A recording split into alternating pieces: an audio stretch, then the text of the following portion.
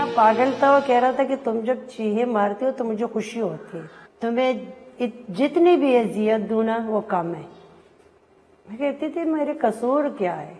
उसने मेरे साथ इस तरह किया है कि हाँ ये कपड़े उतार दो, फिर उसने मुझे छुरी से भी मारा है, लोहे से भी मारा है, उसने मुझे नाड़े से बांध के चरपाई के साथ भी बांधा है। उसने कहा पूरी रात इसी तरह गुजारोगी। लकड़ी से मारा था और वो भी सुबह का टाइम था, मैं नाश्ता तैयार कर रही थी। उसको मैंने कहती मुझे नाश्ता, तो मैंने कहा नाश्ता तैयार है। तो फिर जब मैं नाश्ता अंदर लेके गई तो प्लेट थोड़ी सी वो इसके सेट पे जरा वो लकड़ी वाली कालक लगी थी, तो उसको देख के एकदम कहती तो मैंने नजर नहीं आ रहा कालक इस पे लगी हुई। मैंने कहा चलो लाओ मैं साफ करूँ, तो वो प्लेट भी मुंह पे मार ली और बड़ी सी सूट उठा के फिर पीछे से कमर पे भी 2-3 मारे। उसकी वजह से मैं एक दफा बेहोश भी हो गई थी। तो मेरे लिए तो ये बच्चा सबसे सख्त था। जिस दिन ये पैदा हुए उस दिन मुझे उसकी बीवी ने भी मारा था, उसके बेटे ने भी मारा था। इसके घर वालों ने मुझे शुरू से कहा था कि इसने अपने बाप की खिदमत के लिए तुमसे शादी की है। जब तक इसका बाप जिंदा है तुम इस घर में रहोगे, जब तक इसका बाप नहीं रहेगा तुम यहाँ से घर में से निकल जाओगी। तो वही वाक़या मेरे साथ हुए कि जब मेरे ससुर जिंदा थे तो मैं घर में थी, जुल्म सहती रही। जैसे वो फोत हुए उसके 3-4 महीने बाद उन्होंने मुझे घर से खुद निकाला, खुद मेरे भाई के घर मुझे लेके आए. اولنې پیره زما دا راته یاد دي چې لکه زمونږ د واده 15مه وه که 6مه میاشت وه، واړه لا نو دې بار ته وتلو زمونږ کور کې هلته بیټک و. نو زه هغه بیټک ته ورغلم، ځای مې جارو کوی مورګه چې دا بیټک هم را جارو کړمه. نو چې هغې له زه ورغلم نو هغې کې دا وړې وړې ګوتې او چرس او ورس پکې پراته وو. نو به چې زه څنګه ورغلم ور مې لر کړه، دا هر څه مې ولیدل. نو بس ما سم ډېر وژړل، بیا م ښه ویم دې دا کارونه کوي او ویم لکه مونږ له هر څه نه دغه کوي. نو بار ور مې پورې کړو، نو د ور وډبو چې لکه دا خو دې ته هر څه پته ولګېده، ور کولو پاتې شوی و. نو چې را دننه شو نو بس زه م ووالم، مور یې را سره وه هغه م وواله. عائشہ، رشیدہ اور کلثوم صرف 3 عورتیں نہیں بلکہ تصویر ہیں اس پدر سری معاشرے کی جہاں بیٹیوں کو ایک بوجھ کی طرح کسی اور کے کندھے پر منتقل کرنے کے لیے والدین کو ہمیشہ جلدی رہتی ہے، اور اسی جلدی کا خمیازہ عورتوں کو پرتشدد رویوں کی شکل میں برداشت کرنا پڑتا ہے، جس کا اثر پھر ہمیں نسلوں تک دکھائی دیتا ہے. میرا نام عائشہ ہے اور میری تعلق چھوٹے لاہور سے. جب میری شادی ہوئی تھی تب میری عمر 14 سال کی تھی، اور ہمارے ساتھ یہ دھوکہ ہوا تھا کہ اس کا جو ہے نا سب سے بڑے بھائی کے ساتھ میری شادی کروائی، لیکن دکھایا اس نے چھوٹے بھائی کو. جب بارات آئی تب میری ماں اور بہنیں سب جو ہے نا رونے لگے کہ اب کیا ہوگا، اب کچھ نہیں ہو سکتا، کیونکہ پٹھانوں میں تو یہ کچھ زیادہ ہی پھر کہتے ہیں لوگ کہ رسوائی ہے، بدنامی ہے، یہ وہ ہے. خیر کی شادی ہو گئی. میرا نام رشیدہ ہے، میرا تعلق پشاور سے ہے. میری شادی تقریباً 21-20 سال یا 22 سال کی عمر میں ہوئی ہوگی، اور حالات نارمل تھے، صحیح تھے سٹارٹ میں، لیکن بعد میں کہانی دوسری طرف اپنا رخ موڑنے لگی، پھر ظلم ہونے شروع ہو گئے. کبھی میرے شوہر مجھے اپنی سوتن کی وجہ سے مارتے تھے، اکثر اس کی باتیں سنتے تھے اور پھر مجھے مار دیتے تھے. اگر میں بہت بھی اس کو سچا بتاتی وہ نہیں مانتے تھے. گھر والے باقی جو اور بندے تھے وہ تو صحیح تھے، لیکن گھر میں سوتن اور شوہر میرے ساتھ صحیح نہیں. زما نوم کلثوم دی او 400 کې مې کو 400 نه تعلق لرم. او چې زه واده شوم نو د دوی او زما په خوی او په ارث کې ډیر زیات فرق و. زه نو ما خوشاله الته دوی یو قسم سبق نو ویل ټول جاهلانو، چرس پیکول، گزاری پیکول او سیرګټ پیکول. 14 سالہ عائشہ کی 80 سالہ شخص سے شادی کرا دی گئی، جس کی عائشہ کے ساتھ شادی سے قبل بھی 4 شادیاں ہو چکی تھیں، جس میں ایک بیوی نے زہر کھا کر خودکشی کر لی، دوسری گھر چھوڑ کر چلی گئی، تیسری ذہنی مریضہ بن گئی، اور چوتھی بیوی بھی تشدد سے بیمار ہو کر فوت ہو گئی. جب شادی ہو گئی، شادی کے بعد پھر ہر طرح کی ظلم جینا ہوتا تھا میرے اوپر. رات ہوتی تھی 9 بجے 10 بجے، جب سب لوگ سو جاتے تھے 11 بجے، تو اس نے مجھے کمرے سے نکال کے مار کے جو ہے نا اس کے گھر میں ایک درخت تھی اس کے ساتھ باندھ کے چھوڑ دیتا. ایک رات ایسے ہوا تھا کہ بارش اور سخت سردی تھی، تو اس میں جب اس نے مجھے ایک درخت کے ساتھ باندھ کے چھوڑ دیا، وہ اندر کمرے میں گیا. جب وہ کمرے کے اندر گیا پوری رات بارش رکتی نہیں، میں اسی طرح بے ہوش ہو گئی. 2017-18 کے Pakistan demographic and health survey میں دیے گئے اعداد و شمار کے مطابق شادی شدہ خواتین کے خلاف तशद्दुद की मुख्तलिफ अकसाम में जो परसेंटेज सामने आई वो कुछ यूं है।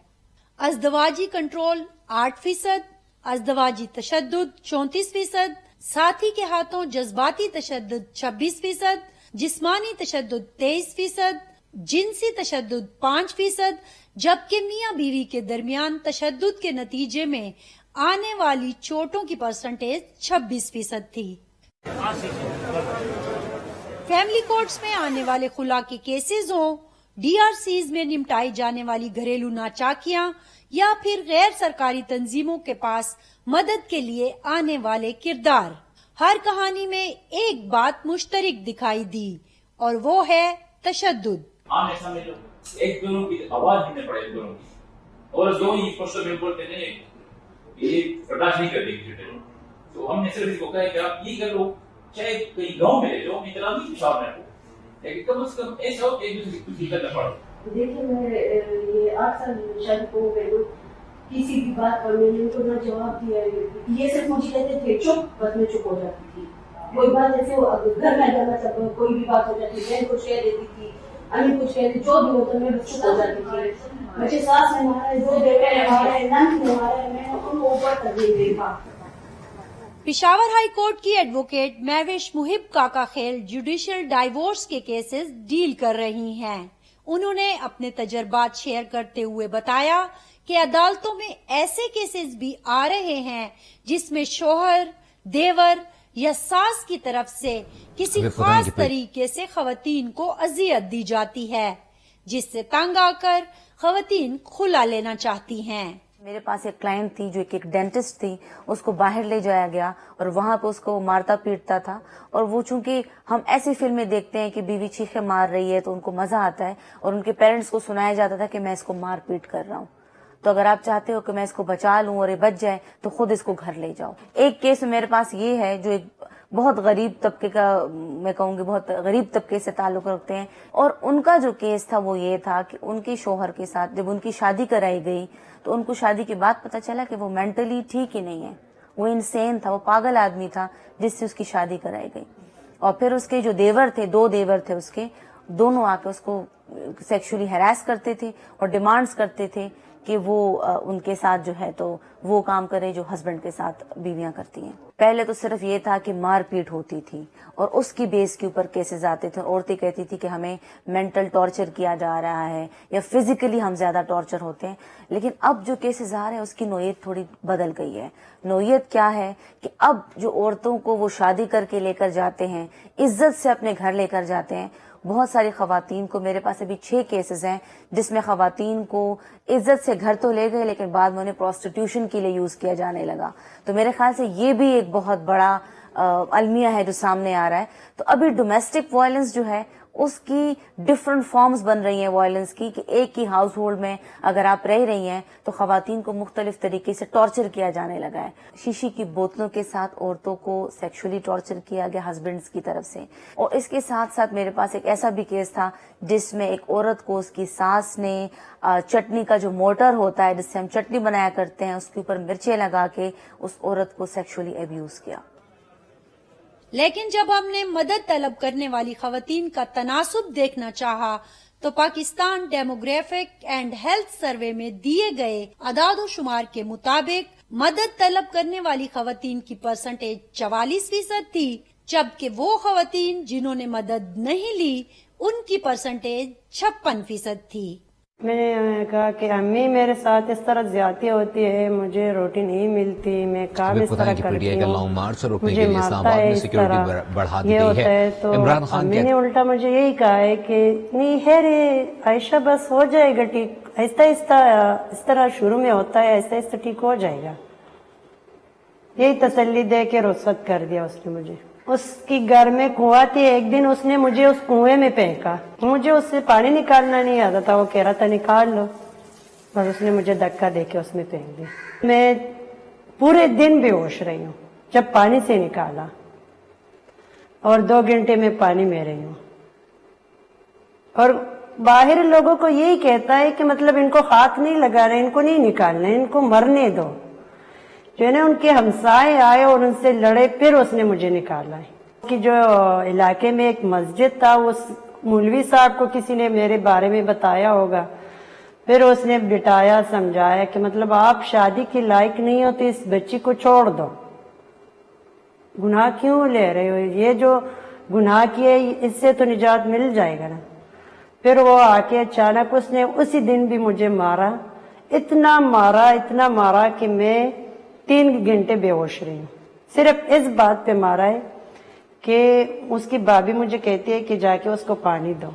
मैं जब चारपाई से उठ के उसको पानी देने गई, वो ऊपर से आया और बस मुझे मारने लगा, इतना मारा कि मैं मारते मारते बस बेहोश हो गई। तो 3 घंटे बाद जब होश आया तो असर की नमाज पढ़ के वो आया, कहता है मैं आपको तलाक देता हूँ। स्टार्ट में तो जब मेरी शादी तो मैं तो खुश थी ना, उसके बाद 3 साल या 4 तकरीबन 4 साल बाद मेरे साथ ये हालात शुरू हो गए। वक्फे से लड़ाई होती रही, बच्चों को मारते रहे, और यहाँ तक कि मुझे भी कई बार उन्होंने मारा था। मैं इतनी परेशान थी कि मैंने बिजली की तारों को भी हाथ लगाया। जुल्म से मैं तंग थी। रोजाना खाना मुझे पका भी लेती थी, मिलता नहीं था मुझे। 3 दिन में इसी तरह भूखी रहती थी। जब मैं मांगती थी तो कहते अपने शौहर से मांगती थी, कहते उससे मांगो। अक्सर फाके मुझे होते थे, यहाँ की बीमार भी होती थी, लेकिन मुझे तो चीजों की जरूरत अक्सर पड़ जाती, कभी बीमार भी मुझे पड़ जाती। बस एक दिन मैं तंग आके मैंने कहा इससे अच्छा कि बस अपनी जान खत्म करूँ, ये सब कुछ खत्म हो जाएगा। چې د تماوي موږ له سودا راوړم ته نشایان او ارسه کې زمين د پاره سن را پیدا کې نو نغری ته ناسم چې مې په حول مورم زمين زکه لکه ناسته وکټ کې او دیم ناستو وی اسم د لن راوړم وی بس طلاق په دل درکم وی زده مور کرا دی وی زدم چې تیرانه په خپل او غواړم نو زستا د نکاح مخره ورسبه مې ختم شي نو ما ته زه خو د طلاق نه غواړم، زه نه صرف سودا غواړم. نو وی بس طلاق دل در کوم وی شرمېدلې ښځه وی په خبره پیږي نو وی لاړه شره مور کړه دی وی زه آرامه ښځه وی اوس نوره نه ساتم نو بس د دې د پاسه بیا 3 ورځې پس زه راوستم. अगरचे घरेलू तशद्दुद की रोकथाम और तहफ़्फ़ुज़ का कानून मुल्क के 4 सूबों में बन चुका है जो हर किस्म के तशद्दुद की वजाहत करता है, लेकिन कुछ लोग जिन्हें घर की 4 दीवारी के अंदर के मामला जाती मामला लगते हैं, वो ये सवाल करते भी नजर आते हैं कि खवातीन पर होने वाला तशद्दुद जब ताज़ीरात पाकिस्तान में कवर्ड था तो फिर इस तशद्दुद से निमटने के लिए अलग से कानून बनाने की जरूरत क्यों पेश आई और इसका निफाज क्यों अहम है। इसका जवाब दिया हुमैरा मसीहुद्दीन ने, जो गुज़श्ता 2 दहाइयों से वकालत और जुडिशरी की ट्रेनिंग से वाबस्ता हैं। डोमेस्टिक वायलेंस लॉज ठीक है, गो के अभी हम उनको पूरी तरह से इम्प्लीमेंट नहीं कर सके, लेकिन वो मैं एक तरह से अगर आपको समझाऊं 1 विंडो ऑपरेशन है।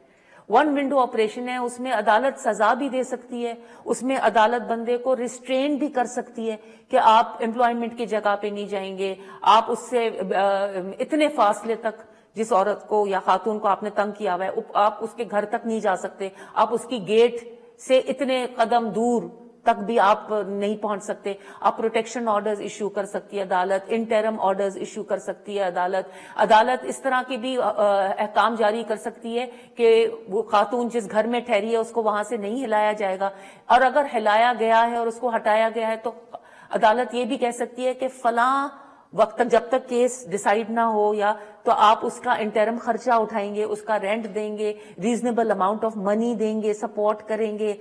आप बच्चों के हवाले से अगर किसी ने बच्चे छीने हैं तो उनके हवाले से भी कोई ना कोई हुक्म जब तक कस्टडी का केस डिसाइड ना हो जारी हो सकता है। जब मामला इतना हसास है तो फिर इसके निफाज में मसाइल क्यों? ये वो बुनियादी सवाल था जो हर सूबे की खवातीन करती नजर आती हैं, जिसे कानूनदान हुमैरा मसीहुद्दीन और समाजी कारकुन इरम मुमताज अपने अपने तजर्बात की रोशनी में बयान करती हैं। एक और चीज देखी गई है हमारे एक्सपीरियंस में, कई मर्तबा शनाख्ती कार्ड, निकाहनामा, मगर सबसे इम्पोर्टेंट सर्टिफिकेट्स और डिग्रीज लोग रख लेते हैं। मेरे एक केस में एक कपल अमेरिका से आया और आदमी ने उसका ग्रीन कार्ड लेके अपने भाई के पास रखवा दिया। अब ग्रीन कार्ड उसके पास है नहीं और वो वापस ट्रैवल कर नहीं सकती, और अगर वो मखसूस वक्त में अमेरिका वापस ट्रैवल ना करे तो उसका ग्रीन कार्ड लैप्स हो सकता है। تو یہ تمام احکامات عدالت جاری کر سکتی ہے، جو گھریلو تشدد کا جو قانون ہے اس کے تحت، کہ یہ تمام جو امپورٹنٹ ڈاکیومنٹس ہیں، جو انٹرم جتنے میجرز ہیں پروٹیکشن کے، وہ عدالت لے سکتی ہے۔ جو میرٹل ریلیشن شپ ہے اس کی پوری جورسپروڈنس ایگزسٹ کرتی ہے اسلام کے اندر۔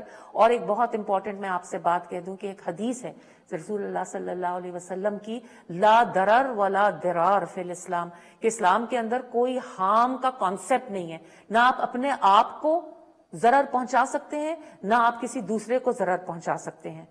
تو میرے خیال میں ایک دفعہ اس کے اگر کورٹ میں اس طرح کے کوئی کیسز آئیں اور ایک دفعہ ہمارے ججز اس کے اوپر جورسپروڈنس پروڈیوس کر لیں، تو یہ شق جو ہے جس کو آپ کہہ رہے ہیں کہ جس کے اندر ایمبیگوٹی ہے، وہ کلیئر ہو جائے گی لوگوں کے لیے، کہ آپ ایک حد کراس نہیں کر سکتے، آپ ریپ نہیں کر سکتے، آپ کسی کے اوپر تشدد نہیں کر سکتے۔ کہ عورت پہ تشدد ہمارے پاس ایک بڑی ایک سمپل سی ایک ڈیفینیشن ہے۔ ہم سمجھتے ہیں کہ جب تک جو اس کو مارا جاتا ہے اور زخم اس کے آئیں گے تو یہ تشدد ہے۔ تشدد کی کئی اقسام ہیں۔ مینٹل ایموشنل ابیوز جو ہے، پھر شادی کے بعد فائنینشیل ابیوز جو ہے، اس کے حقوق اسے نہ دینا، رائٹس کے جو ابیوز ہے، اس کے بارے میں کوئی بات ہی نہیں کرنا چاہتا کہ ایک پاؤں کی جوتی والا concept is very much there even now, اور ناٹ اونلی انڈر پریولیج، یہ پریولیج جو ہمیں بڑے ڈیسنٹ لوگ جو ملتے ہیں، بڑے سی اوز بنے ہوئے اور آفیسز میں بیٹھے ہوئے، یہ ڈیولز ان ویلوٹ میں ان سے کہتی ہوں کہ ان کے جو اگلی چہرے جو ہیں، ابھی دیکھ لیں آپ اسلام آباد کی مثال دیکھ لیں، آپ کا کتنا مرڈر آپ سوچ بھی نہیں سکتے۔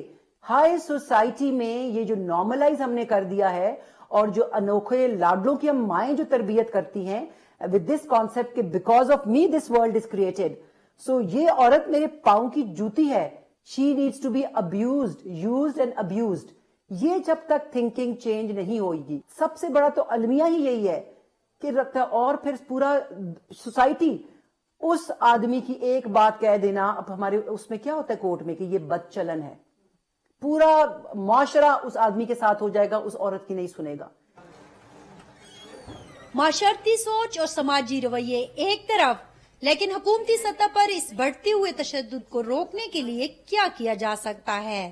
خیبر پختونخوا کی محتسب رخشندہ ناز کے نزدیک اس کا حل تعلیمی اداروں میں انسانی حقوق سے متعلق ذہن سازی کے ذریعے ہی ممکن ہے۔ لیکن لاء آنے کے بعد ایک بات تو یہ طے ہے کہ یہ اب گھر کا معاملہ نہیں ہے، یہ کرائم اگینسٹ جو ہے وہ اسٹیٹ بھی ہے، کیونکہ اس کے اندر جو اس کی پینل سیکشنز ہیں جو اسٹرانگ اس کو بناتے ہیں، دوسری طرف یہ کمیونٹی کی بھی ذمہ داری ہے۔ تو ایک تو میں سمجھتی ہوں کہ کمیونٹیز کو صرف جو ڈسٹرکٹ کمیٹیز ہیں ان تک آپ نے ریسٹرکٹڈ نہیں رہنا ہوگا، آپ کو ایک پوری کمیونٹی کو ذمہ داری لینی ہوگی کہ اگر میرے ساتھ والے گھر سے آواز آ رہی ہے تو یہ ان کے گھر کا معاملہ نہیں ہے، یہ ہمارا معاملہ ہے۔ یعنی زیرو ٹالرنس جب تک نہیں ہوگی، اور وہ اسی طرح ہو سکتی ہے کہ آپ ذہن سازی کریں، اور وہ ذہن سازی ایسے ہی ہوگی کہ کریکولم ہمارا آلریڈی خیبر پختونخوا میں پہلا ڈرافٹ جو ہے وہ سبمٹ کر دیا گیا ہے۔ کریکولم کے اندر جو تبدیلی ہے وہ اس سے دو آپ کو فائدے ہوں گے۔ ایک تو یہ کہ آپ کے سکولز جتنے بھی ہیں بیسک جہاں سے بچہ گروم ہوتا ہے، تو وہیں سے چھوٹی ایج سے بچے کی پرسنالٹی کے اندر یہ چیزیں آئیں گی۔ یہ جملہ ڈال دینا ہی کافی ہوگا کہ گھریلو تشدد جو ہے وہ قابل سزا جرم ہے، اس سے ہی لوگ تھوڑے الرٹ ہوں گے کہ کیا یہ کوئی ایسی چیز ہے کہ جس کے بعد ہمیں تھانے کچہری کا سامنا کرنا پڑے گا، تو اس سے بھی بڑی ڈیٹرنس ہوگی۔